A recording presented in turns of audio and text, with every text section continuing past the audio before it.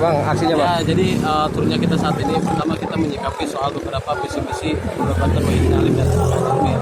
Artinya ada 5 visi ataupun misi yang memang mereka canangkan dan mereka jual kepada masyarakat Banten, diantaranya soal reformasi birokrasi.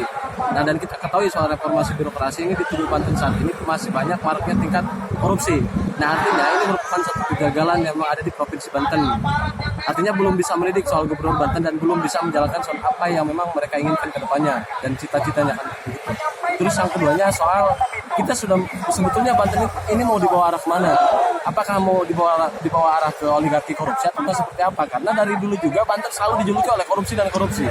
Yang dikhawatirkan pertama, internal Gubernur Banten saat ini adalah dikelilingi oleh orang-orang Gubernur Banten itu sendiri, dan orang yang korupsi juga ini kebanyakan orang-orang Gubernur Banten. Yang dikhawatirkan kita menduga bahwa ada kaitan eratnya dengan Gubernur Banten saat ini terkait dengan beberapa tindakan korupsi yang ada di Provinsi Banten.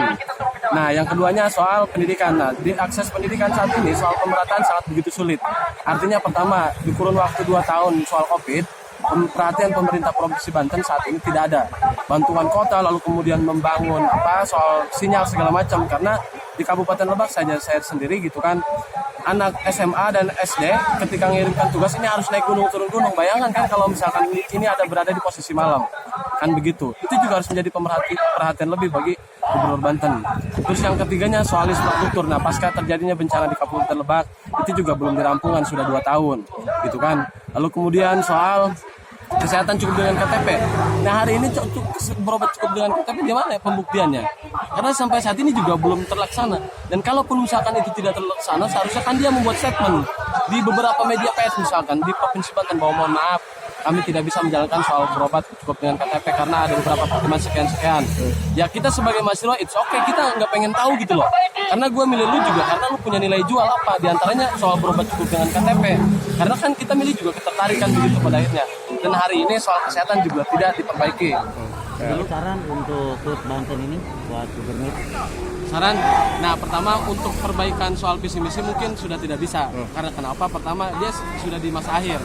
Tapi kemudian dia harus bisa mengakui soal ketidakbecusan mereka dalam memimpin Provinsi Banten. Berikut dengan WH Andika sekalipun. Poin terbesar yang terbilang gagal apa?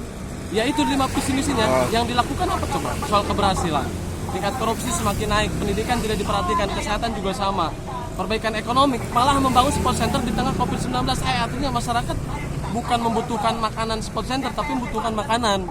gitu kan, dan bantuan UMKM segala macam. Kalau misalkan kita pertanyakan apa yang sudah dihasilkan produk Wahidin Halim dan Adi Kajrumi di tubuh masyarakat misalkan, dan saat ini juga tidak ada yang terlaksana. Apa keunggulan soal pembangunan support center? Siapa yang diuntungkan, pengusaha atau memang siapa? Pada akhirnya kan itu adalah pengusaha kan.